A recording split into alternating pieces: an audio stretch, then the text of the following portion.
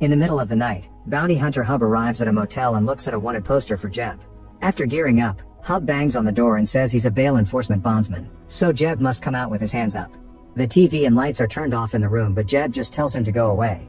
Refusing to give up, Hub takes the grate off the air vent and using a hook, he drops a wasp nest into the room. Soon Jeb comes out to escape from the wasps and Hub catches him with the hook. However, he discovers this isn't Jeb, it's Billy Earl, who sent a fake tip to make Hub come to the motel. Suddenly Billy's brother Clyde Earl shoots Hub in the back, knocking him down. Then Clyde slits Hub's throat to kill him. In the morning, a very dead Hub wakes up in a space between walls and freaks out. Because of the hole in his neck, he can't shout for help. He starts punching the wall and makes a hole big enough to fall into Billy's motel room. When he looks in the mirror, Hub is shocked to see the state of his neck, which proves he shouldn't be alive now.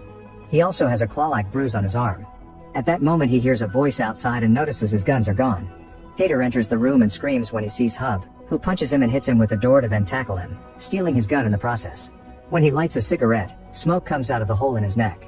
Tater admits he was hired by the Earl brothers to burn the place down for the insurance and they stole Hub's truck. He also swears Hub was dead last night. A furious Hub cuffs Tater and throws him in the trunk of his car, asking him to tell the Earl brothers he's coming for them.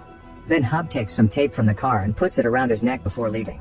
After driving for a while, he stops to wait for a train to pass and checks on his wound, noticing that it's slowly closing up. Eventually he reaches his home and rushes to the bathroom to check his scar again, only to see that his neck is completely healed. After washing up he checks on his mother Kitty and is upset to find her hanging out with Pastor Ron, who banned Kitty from his church. He's willing to let her return if Hub promises to stop arresting wanted people during Sunday services, but Hub responds with rudeness and Ron leaves. Hub asks Kitty why Billy is out of prison and she informs him Lucky bailed him out. Realizing Lucky wants him dead, Hub modifies some arrest documents to make it look like Lucky is a wanted man. His answering machine keeps getting calls from a company named Pot O Gold, so he disconnects his phone, only for all his burner cell phones to start getting the same calls instead. Afterward he goes to the local bar. When he sees Lucky, he follows him backstage and tries to confront him, but he's interrupted by his son Cade and his ex Marianne, who is currently dating Lucky. Hub tells them he has a warrant on Lucky, but Marianne doesn't believe him and rushes to her dressing room. After telling Lucky that he wants his truck back, Hub follows Marianne and tries to explain that Lucky hired men to kill him. However, since he doesn't have any scars, Marianne doesn't believe this either. Their conversation is interrupted when Cade comes in saying someone named Goldpot keeps calling the club with an urgent message, but Hub ignores it. Before he leaves, Marianne asks him to sign a form so she can take Cade to another state for an audition and Hub only says he'll think about it. Then Hub tries looking for Lucky but he's already gone. While driving off, Hub notices the lights flickering in the local church. Ron is at the door and Hub is shocked to see his eyes glowing like pits of darkness. As he drives away, Ron follows him. Eventually Hub makes it to a cabin in the woods and sees Lucky's car outside. The third Earl brother called Tiny is nearby relieving himself. Hub checks on Tater and confirms that Lucky hired the Earls, so he approaches Tony with his gun out. Tiny is shocked to see Hub alive and confirms his theory. Lucky isn't here, Tiny brought the car as bait, and his brothers are inside. Next Hub takes Tiny into the cabin and kicks him through the door before shooting Billy's fingers off. He tells the brothers to text Lucky and ask him for more money for killing Hub as a way to set a trap. While they wait for Lucky, the lights in the cabin start flickering and Clyde looks out the window to see Ron coming. Hub sends him out, telling him to get rid of the pastor. As the light flickering gets worse, Clyde tells Ron to leave only to end up screaming instead. When Hub peers through a crack in the door, he sees Clyde being thrown across the room and getting stuck on a wall. Clyde's body starts twisting into unnatural shapes while Billy levitates on his chair. Suddenly Billy is thrown at the door, which crushes his skull. Hub takes another peek and a demonic Ron looks back at him. A terrified Hub opens fire through the door until he is out of bullets, but the doorknob won't stop shaking. Then Hub escapes through the back door and crosses the forest until he reaches the road, where he takes a cab back to town. When Hub gets home, he finds Kitty chatting with Midge, who is here about his orientation for Pot O Gold. He tries to turn her down, but Midge gets his attention when she says that he died and went to hell. Pot O Gold has brought him back, but it's only temporary and Midge is like his parole officer. He's been resurrected to do more bounty hunting, but instead of criminals now he has to hunt demons. A flashback shows that last night Ron had been perfectly normal and even used holy water to tidy his hair. When the power went out, he checked the fuse box and turned it back on. Suddenly something flickered on a mirror and sparks appeared on the altar candles. Suddenly a poster with his face started burning and a demon's face appeared on a mirror. Ron grabbed a cross and started reciting the Bible while throwing holy water at all his mirrors, causing them to break. The lights continued to flicker and the holy water began to boil, so when Ron reached for more he was electrocuted and his eyes burned. He fell dead with half of his face burned down, but in a few seconds he woke up and his face quickly healed.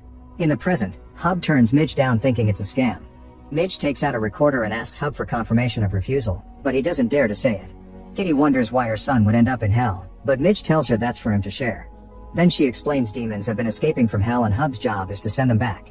Since he was there himself, now he can see them in the real world. Demons kill her hosts before possessing them, so Hub won't be killing any humans. If Hub fails his mission, he'll be sent to hell too. Meanwhile, Lucky makes it to the cabin and finds the bodies of the three brothers. Nearby he finds a car and checks the trunk to find Tater, who tells him Hub is behind everything. At Hub's home, a fax arrives from Pot O'Gold with the name of his first demon objective and the coordinates to find him. Searching these coordinates online shows them the local church, so Hub has to tell his mother about Ron. Kitty insists she wants to come, so together they go to investigate the church. They find the building with no power, all the destruction from last night, and Ron's half-face on the ground. Not wanting his family to be exposed to a demon, Hub goes to the bar and gives Marianne the signed form so they can leave the state. Later at home, Kitty asks Hub why he was sent to hell. Hub says he has no idea and that it must have been a mistake. Kitty blames herself and thinks she must have been a bad mother. She cries as she rushes out of the room. Hub follows her and comforts her with a hug. Remembering the flickering lights, Hub calls a friend at the power company and learns that there have been surges at the recycling plant. Hub gears up and once again Kitty insists on coming along. When they reach the recycling plant, Hub wants Kitty to stay in the car, but she reminds him she used to bounty hunt too, so she's helping. After making a plan, they go inside and Hub finds a trail of blood with a triangle. When he looks up, he finds a dead worker hanging as an upside-down cross. Suddenly Hub's flashlight breaks and he starts floating. A demonic Ron comes out of the shadows and throws him against the wall while the lights flicker and the truck radio starts on its own. Hub runs to hide, and when Ron tries to follow him, he steps on Kitty's bear trap. Next, Hub shoots him with a tranquilizer and Kitty tries to exorcise him, but neither has any effect. When Hub tries real bullets, they don't do anything either, and Ron responds by throwing objects at him. Ron comes closer, but before he can attack Hub, his body is sent flying by a shot from Kitty's shotgun. It appears the demon is gathering strength to rise again, so Hub pushes some machinery to crush his head. The lights turn on normally while Ron's body catches on fire. The flames soon begin spreading, so the duo goes away, unaware that Tater has been spying on them all along. The next day, Deirdre is crying as she makes a video describing how a friend has been harassing her. When she finishes the stream, it's revealed it was all a lie as a way to get back at the girl currently dating Deirdre's ex. She hears a noise in her bathroom and discovers the water running in the shower, but nobody in it. Deirdre turns the water off, but when she walks away, the shower turns on again. All the taps in the bathroom start doing the same, and when she tries to turn them off, she sees a demon in the mirror. Suddenly she begins to float and her body is pushed into the tub, where she drowns. Meanwhile, Hub gets a message from Pot O'Gold congratulating him on completing his first mission. He looks at Lucky's police file from Boston and asks Kitty to keep an eye on the fax before he leaves. When Hub makes it to Lucky's house, he finds him taking Care to school. He offers to do it himself and Lucky complains, but Marianne thinks it's a great idea. Hub lets Cade drive even though he doesn't have a permit and pulls out the police file to tell his son about Lucky's history with the mob. Cade has trouble concentrating on the road but manages to tell Hub that he already knows about Lucky's criminal past. Now Cade thinks his dad faked wanting to spend time with him and only did this to talk badly about Lucky. At that moment, Kitty calls with a new mission and tells him about a demon that should be kept away from water. Hub tells Cade he's skipping school and makes him drive to the coordinates. They arrive at Deirdre's house and Hub makes Cade stay in the car as his lookout. Hub goes to the back door and notices water pouring down from the second floor.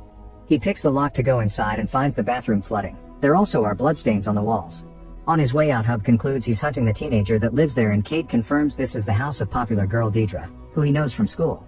In the meantime, Tater shows Lucky pictures of the bodies in the recycling plant. He makes theories about dark magic and witches, causing Lucky to yell at him. While Hub and Cade drive around town, Hub notices all kinds of water sources going crazy. He marks them on a map and realizes the demon is going to the county pool. The duo rushes there and Hub uses a locker room window to get in. The place is already flooding and noises can be heard in other rooms. Hub continues his search and finds the dead janitor at the bottom of the pool. 3 flotation tubes are above him, forming a triangle. Suddenly a possessed Deirdre grabs Hub's foot and makes him fall into the pool. Then she starts pushing him down to try to drown him. Hub fights back and manages to stab her face with his knife, but Deirdre continues to push him and Hub starts to lose consciousness. However, the dead janitor nearby reminds him he wants to live and he stabs Deirdre again, this time in the eye. This kills the demon and now Hub can resurface. Soon the body is burning underwater. On his way out, Hub sees a Sheriff Ruby coming, so he hides behind the front desk. While Ruby tries to find a way in, Cade calls his dad to ask what to do and Hub tells him to leave without him. Then Hub uses the desk phone to call 911 and tells them about a drunk teenager driving around, giving them the description of his own truck. Ruby is informed of this and leaves to chase after Cade. Now Hub can get the surveillance system's hard drive to hide the evidence that he was there. Meanwhile, Lucky shows up at Kitty's house and she receives him with her shotgun. Lucky says he's only trying to protect his family and drops a file before leaving. When Kitty opens it, she finds pictures of what happened at the recycling plant. Later, Marianne frees Cade from police custody. When Hub arrives, Marianne yells at him and a huge argument ensues. It turns out Cade will start a music career with support from his mother, and Hub is angry because he wasn't supposed to start until he was 18. Marianne and Cade think he's just jealous because his own career failed, and they leave while thinking lowly of him. When Hub gets home, he thinks about what happened a month ago. In the forest near his house, he dug a hole and buried the body of a woman named Cheryl. Sometime later, Deputy Briggs takes money from a food truck owner, threatening to arrest him for stealing this truck if he complains to his superiors. When Briggs gets in his car, he notices a demon in his rearview mirror, but it's gone when he turns around. Suddenly something grabs him and a steam of dirt enters his mouth to choke him. His hands are forced to move violently and he self-deletes. Then he wakes up possessed. At home, Hub watches an old tape of him and Marianne performing at the bar. When he looks out the window, he imagines Cheryl is there staring at him. Kitty gets a gun ready by grinding off the serial number. She also reveals she has some illegal crystals in her safe. At that moment, a fax arrives informing Hub about an earth demon. When he asks Kitty if she wants to come, he realizes she's left. Hub follows the coordinates and finds an abandoned police car. When he asks the food truck owner, he learns the car belongs to Briggs, who walked off an hour ago. In the meantime, Cade is having second thoughts about performing. Marianne blames it on Hub, and Lucky tries to tell her that her ex isn't a good person, but Marianne doesn't like when her men insult each other. He wants to show her the pictures, but they're interrupted when an employee says Lucky's car is on fire. Everyone in the bar runs out to stop the fire, which was caused by Kitty. While they're distracted, she sneaks into Lucky's office and hides the gun in the crystal bag. At that moment, she gets a call from Hub, who tells her about the blood in Briggs' car. He's already called the police station and they track Briggs' radio, so he'll be going after him. After hanging up, Kitty bumps into Marianne, who knows that putting smoke in a car to simulate fire is a family trick. Kitty asks her to talk to Hub for the details, which Marianne accepts. After Kitty leaves through the back door, Marianne tracks Hub's phone and follows him to a hardware store. She starts yelling at him and tells him about Kitty's trick, but they're interrupted by a weird noise. Hub makes her leave, but on her way out, Marianne notices a trail of dirt that takes her to a big mound. When she looks behind it, she's horrified to discover a body. Hub immediately stops her from screaming while noticing there's a security camera. He tries to bring Marianne out, but in another corridor they find Briggs pouring dirt on the floor. Seeing the uniform, Marianne asks for help and reveals their location. Briggs turns around looking like a demon, but Marianne only sees a normal face. Hub opens fire and Marianne moves away when Briggs starts walking on the walls. The cop tackles Hub and they fight on the floor, so Marianne grabs a pickaxe and stabs Briggs in the back. As soon as the demon turns around, Hub shoots him in the head. While the body starts burning on its own, the duo runs out of the store. Later at home, Marianne washes off the blood while Hub realizes that Briggs had been making a triangle out of dirt. All the triangles so far had sacrifices in the middle, so he calls Midge to pass on this information. Midge freaks out because he secretly got her number and tells him not to call again since that's her family home. Afterward, Hub explains everything to Marianne, who doesn't understand why he went to hell. She also realizes Lucky did kill him and laughs because it means he didn't change like he promised. Hub asks her to leave the state with Cade so they can be safe and says that when everything is over, he'd like to fix all his mistakes. Marianne surprises him with a hug before they're interrupted by a call from Kitty. The duo goes to the bar and watches Lucky getting arrested thanks to Kitty's planted evidence. Marianne talks to him, but he still claims he didn't hire the Earls. Using what Kitty told her, Marianne informs Lucky that if he tries to get Hub's family in trouble with the pictures, then the cops will think Lucky was part of the crime too, because the shotgun that Kitty planted is the one that killed Ron. Later, Marianne and Hub have to tell Cade that they won't bail Lucky out. Hub gives his son his blessing for his career and they hug. After saying goodbye to his family, Hub joins Kitty, who is learning from Ruby that Gribbs died in a store fire. Ruby wants to know why Hub had been looking for Gribbs and he says he just found his abandoned car. After Ruby leaves, Kitty worries about the store's security cameras, but Hub is sure the fire burned them down. At the local lake, a couple is trying to celebrate their engagement when a man shows up in a monster truck to do some fishing. The boyfriend asks him if they can have just an hour alone, but the fisherman refuses to leave and punches him. They start fighting on the ground while two demons appear inside a car and start inflating the truck's tires until they explode. The woman is knocked down, and when she looks up she discovers the truck has fallen on top of the men. She runs to check on the bodies and finds them split in two, yet they open their eyes to look at her. At the bar, Lucky returns from jail and starts drinking after throwing away his 9-month sobriety chip. He tells everyone that Hub tried setting him up and failed, then he tries to buy the bartender's truck. Meanwhile, Hub finds her mother's book on demons and notices a diagram for a ritual. He tears it off and adds it to his research board. Combining it with the locations of the triangles so far proves that the demons are trying to form a pentagram. So far the demons have used spirit, earth, and water, so only fire and air are left. A flashback shows that 9 years ago, Midge was a very successful pastry chef. During a house party, Midge discovered that her son Benji stopped breathing. After a visit to the hospital, she learned that Benji had rapidly spreading cancer, but the insurance company wouldn't cover the treatment. In desperation, she had to sell most of her things, leaving the house with only the basic necessities.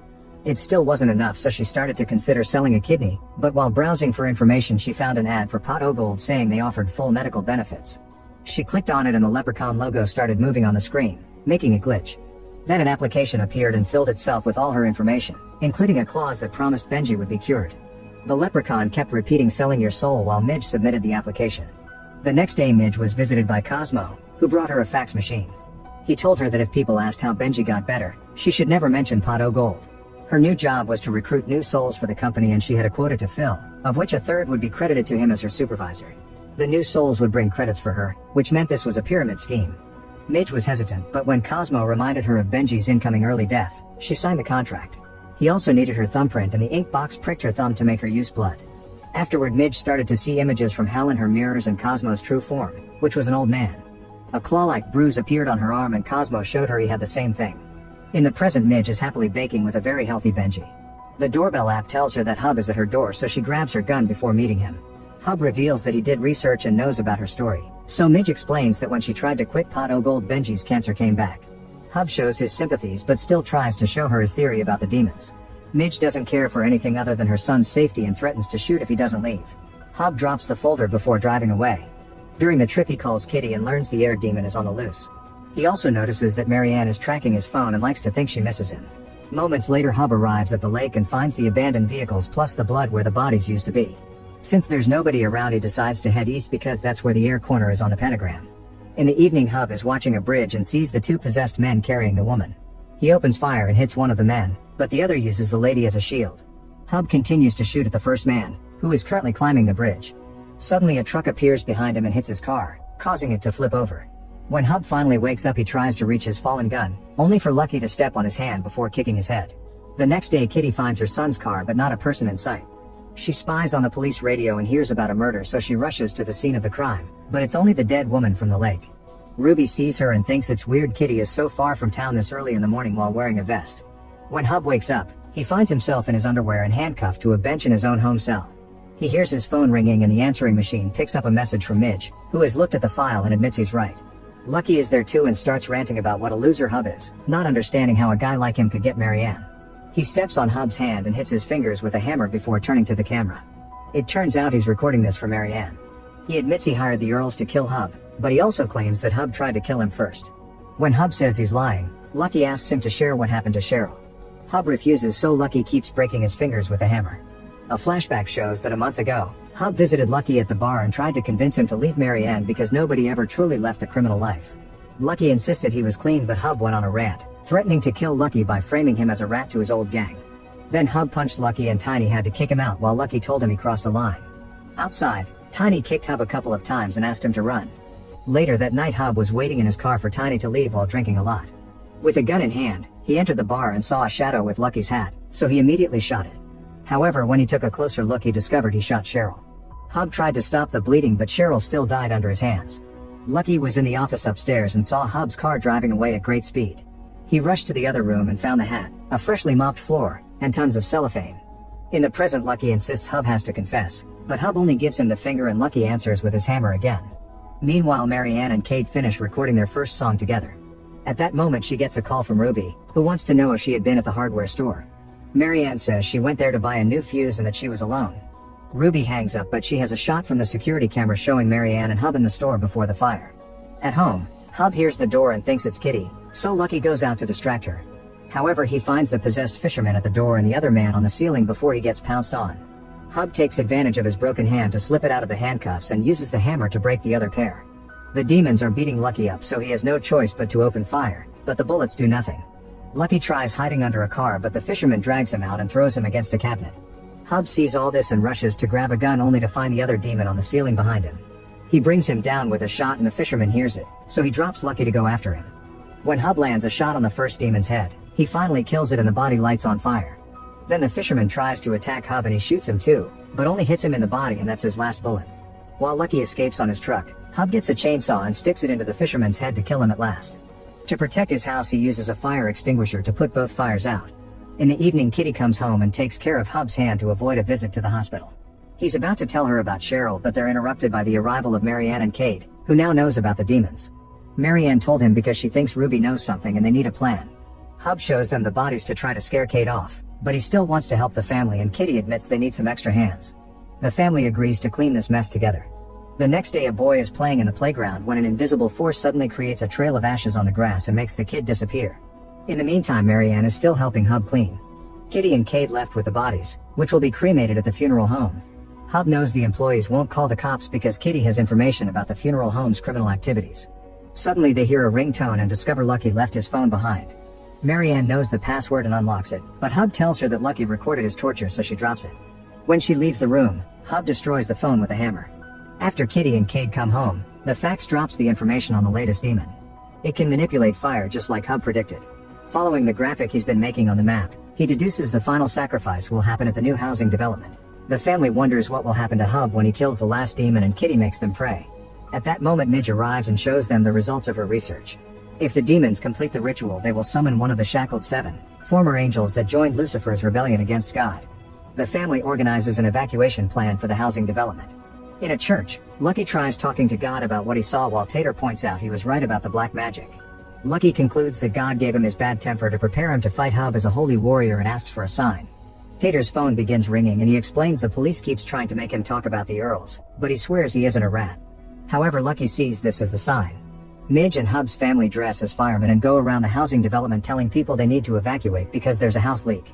Midge uses a mirror to see people's real forms and confirm they aren't possessed. One of the neighbors refuses to leave without his doll collection and opens fire, so the group runs to hide. They don't want to save this creepy guy, but they have no choice, otherwise the demon will use him for the ritual. Hub sneaks into the house and waits for the man to check on his dolls to catch him by surprise. He knocks him out with a taser and drags him out of the house. Then Midge goes in to clear the house and finds the boy from the playground. He only stares awkwardly at her, so she uses her mirror and confirms he's the demon. She takes her gun but can't bring herself to shoot a child. Suddenly fire lines appear on the ground and the house collapses into a sinkhole. Since this kills Midge, the ritual is now complete. That night Hub thanks his family for helping and they share a hug. While waiting for the end to come, they all play some music together. Afterward, Marianne kisses Hub and they end up getting naughty. At that police station, Lucky gets Ruby to promise she won't touch Marianne, and in exchange he gives her the pictures of the recycling plant. Moments later, Hub receives a fax telling him to hunt down a demon called Lilith. The coordinates match his backyard, so he rushes to Cheryl's grave and finds it empty. A flashback reveals that in the middle of the night, a possessed Cheryl rose from the grave. Moving extremely fast, she looked through the window and saw Hub getting busy with Marianne. At that moment she heard a truck nearby, so she released her wings and flew off to land on top of the vehicle. In the present, Hub wakes up after having slept in the forest. When Marianne comes looking for him, he has no choice but to tell her the truth about Cheryl. Then the family gathers to yell at him, but he reminds them they can discuss this later because the priority should be the demon. Marianne admits the demon is the only reason she hasn't called the cops on Hub and leaves with Kate. Moments later, Hub is trying to cut some wood and notices the wind shaking the forest, so he thinks someone is here for him.